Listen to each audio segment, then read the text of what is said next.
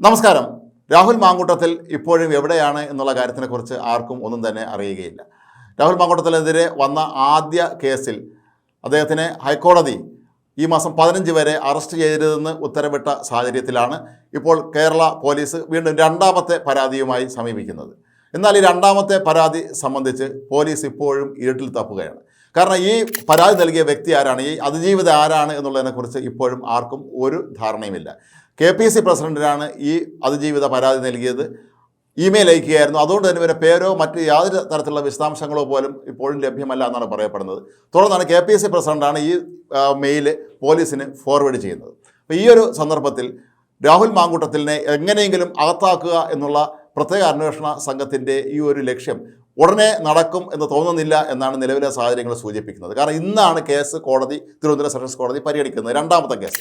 ഈ കേസ് കോടതി പരിഗണിക്കുന്നതിന് മുമ്പ് തന്നെ ഇത് അതിജീവിതയുടെ മൊഴിയെടുക്കാനും അത് കോടതിയിൽ സമർപ്പിക്കാനും അങ്ങനെ ഇന്ന് ഒരുപക്ഷെ രാഹുൽ മാങ്കൂട്ടത്തിന് ജാമ്യം ലഭിക്കുന്നത് തടയാനുള്ള ശ്രമമാണ് പ്രത്യേക അന്വേഷണ സംഘം നടത്തുന്നത്. പക്ഷേ ഇനിയും അത് സംബന്ധിച്ച് മൊഴിയെടുക്കാൻ കഴിഞ്ഞിട്ടില്ല എന്ന് തന്നെയാണ് മനസ്സിലാക്കുന്നത്. ഈ രണ്ടാമത്തെ കേസ് സംബന്ധിച്ച അന്വേഷണത്തിനായി പൂങ്കുഴലി എന്ന വനിതാ IPS ഉദ്യോഗസ്ഥയാണ് സർക്കാർ ചുമതലപ്പെടുത്തിയിട്ടുള്ളത്. അവർ കുടുംബപത്ത് സർക്കാർ അനുവദിച്ചിട്ടുള്ള LTC അഥവാ ഈ സർക്കാർ സംവിധാനങ്ങൾ ഉപയോഗിച്ചുകൊണ്ടുള്ള ദീർഘകാല അവധി എടുക്കാനുള്ള തയ്യാറെടുപ്പിലായിരുന്നു. ആ അവധി റദ്ദാക്കിക്കൊണ്ടാണ് അവരോട് ഇപ്പോൾ രണ്ടാമത്തെ കേസ് അന്വേഷിക്കാൻ ആവശ്യപ്പെട്ടിരിക്കുന്നത്. അപ്പോൾ ഈ ഒരു സാഹചര്യത്തിൽ രാഹുൽ മാങ്കൂട്ടത്തിലിനെ എങ്ങനെയും പിടികൂടുക എന്നുള്ള സർക്കാരിൻ്റെ ശ്രമങ്ങൾ അല്ലെങ്കിൽ പോലീസിൻ്റെ ശ്രമങ്ങളൊന്നും തന്നെ നടപ്പിലാവുന്ന ലക്ഷണം ഇപ്പോൾ കാണുന്നില്ല. കാരണം പോലീസിന് മറ്റു ചില ലക്ഷ്യങ്ങൾ കൂടിയുണ്ട്. അഥവാ രാഹുൽ മാങ്കൂട്ടത്തിൽ ഇന്ന് രണ്ടാമത്തെ കേസിൽ ജാമ്യം ലഭിച്ചാലും മുൻകൂർ ജാമ്യം ലഭിച്ചാലും ഈ മാസം 15-ാം തീയതിയാണ് ഹൈക്കോടതി ഈ കേസ് ആദ്യത്തെ കേസ് വീണ്ടും പരിഗണിക്കുന്നത്. അതിനു മുമ്പ് അതിജീവിതയുടെ മൊഴിയെടുത്ത് ഇത് കോടതിക്ക് മുന്നിൽ ഹാജരാക്കിയാൽ 15-ാം തീയതി തുടർന്നുള്ള കോടതി നടപടികളിൽ രാഹുൽ മാങ്കൂട്ടത്തിന് ജാമ്യം നിഷേധിക്കുന്ന അവസ്ഥയിലേക്ക് എത്തുന്ന ഒരു സ്ഥിതി ഉണ്ടാകുമെന്നുള്ളത് ഉറപ്പാണ്. അതിനുവേണ്ടിയുള്ള ഓട്ടത്തിലാണ് ഇപ്പോൾ സ്പെഷ്യൽ ഇൻവെസ്റ്റിഗേഷൻ ടീം എന്നാണ് പറയപ്പെടുന്നത്. കേരള സർക്കാരിനെ സംബന്ധിച്ചും കോൺഗ്രസിലെ വലിയൊരു ഭാഗം നേതാക്കളെ സംബന്ധിച്ചും രാഹുൽ മാങ്കൂട്ടത്തിനെ എങ്ങനെയും പൂട്ടുക എന്നുള്ളത് തന്നെയാണ് അവരുടെ ഒരു പ്രഖ്യാപിത ലക്ഷ്യം.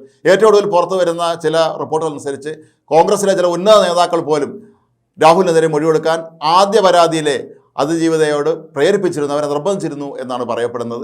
ഏതായാലും രണ്ടാമത്തെ അതിജീവിതയെ കണ്ടുപിടിക്കാനുള്ള ശ്രമം ഇപ്പോഴും പോലീസ് തുടരുക തന്നെയാണ്. കണ്ടുപിടിച്ചാൽ തന്നെയും അവർ മൊഴി നൽകാൻ തയ്യാറാണോ എന്നുള്ളത് സ്വാഭാവികമാണ്. അങ്ങനെ ഒരാളുണ്ടെങ്കിൽ പോലും അവർ ഭയപ്പെടുന്നത് ആദ്യത്തെ കേസിലെ അതിജീവിതയുടെ പേരും വിശദാംശങ്ങളും ഒക്കെ പുറത്തു വരികയും അവർ വ്യാപകമായ തോതിലുള്ള സൈബർ ആക്രമണം നേടുകയും ചെയ്യുന്ന ഒരു സ്ഥിതി ഇവിടെ വന്നിട്ടുണ്ട്. അവരവരുടെ കുടുംബാംഗങ്ങളുമൊക്കെ തന്നെ നിരന്തരമായി സൈബർ ആക്രമണം നേരിട്ടുകൊണ്ടിരിക്കുന്നതുമാണ്.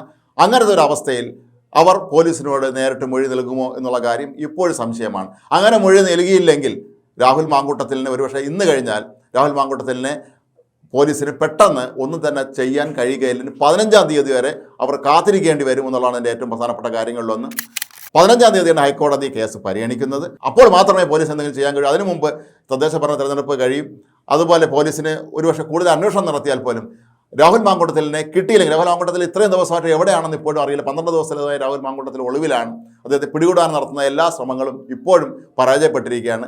രണ്ടാമത്തെ പീഡന കേസിൽ തിരുവനന്തപുരം സെഷൻസ് കോടതി രാഹുൽ മാങ്കൂട്ടത്തിന് ജാമ്യം അനുവദിച്ചാൽ അത് പോലീസിന് വലിയൊരു തിരിച്ചടിയായി മാറും. കാരണം ഇനി 15-ാം തീയതി വരെ കാത്തിരിക്കേണ്ടി വരും ഹൈക്കോടതിക്ക് മുന്നിലെത്താൻ. മാത്രമല്ല ഇന്നൊരു പക്ഷേ ഈ ജാമ്യം അനുവദിച്ചുകൊണ്ട് കോടതി നടത്തുന്ന പരാമർശങ്ങളൊക്കെ തന്നെ നാളെ ഹൈക്കോടതി പരിഗണിക്കേണ്ടി വരും. കഴിഞ്ഞ ദിവസം കോടതി കേസ് പരിഗണിച്ചപ്പോൾ തന്നെ ഇതിൽ രാഷ്ട്രീയ ഇടപെടൽ ഉണ്ടായിട്ടുണ്ടോ എന്നുള്ള ഒരു സന്ദേഹമൊക്കെ പ്രകടിപ്പിച്ചിരുന്നതുമാണ്. അപ്പോൾ ഈ ഒരു അവസ്ഥയിൽ ഏതായാലും ഇപ്പോൾ കേരള പോലീസ് ശരിക്കും അക്ഷരാർത്ഥത്തിൽ വെള്ളം കുടിക്കുകയാണ് എന്ന് തന്നെ പറയേണ്ടി വരും. കാരണം അവർക്ക് രാഹുൽ മാങ്കൂട്ടത്തിനെ കണ്ടെത്താനോ രണ്ടാമത്തെ അതിജീവിതയുടെ മൊഴിയെടുത്തുകൊണ്ട് അതിൻ്റെ അടിസ്ഥാനത്തിൽ രാഹുൽ മാങ്കൂട്ടത്തിനെ അറസ്റ്റ് ചെയ്ത് അകത്തിടാനോ ഒന്നും തന്നെ ഇപ്പോൾ അവർക്ക് സാധിക്കുന്നില്ല എന്നുള്ളത് വളരെ പ്രധാനപ്പെട്ട ഒരു വസ്തുതയാണ്. ഏതായാലും ഈ ദിവസങ്ങൾ കേരള പോലീസിനും രാഹുൽ മാങ്കൂട്ടത്തിനെ സംബന്ധിച്ചിടത്തോളം ഏറെ നിർണായകമാണ്. ഇന്നത്തെ കോടതി ഉത്തരവും അതിൻ്റെ ഏറ്റവും പ്രധാനപ്പെട്ട മാനദണ്ഡങ്ങളിൽ ഒന്നായി മാറുമെന്നുള്ളത് ഉറപ്പാണ്. ഇന്ന് രാഹുൽ മാങ്കൂട്ടത്തിൽ ജാമ്യം ലഭിച്ചു കഴിഞ്ഞാൽ ഇനി 15-ാം തീയതി മാത്രമേ പിന്നെ അദ്ദേഹത്തിന് നിയമത്തിന് മുന്നിൽ എത്തേണ്ടതുള്ളൂ. ഹൈക്കോടതി ഈ കേസ് അന്നായിരിക്കും പരിഗണിക്കുന്നത്. അതുവരെ അറസ്റ്റ് ചെയ്തെന്നുള്ള ഹൈക്കോടതി ഉത്തരവ് അനുസരിക്കാൻ കേരള പോലീസ് നിർബന്ധിതമാകും.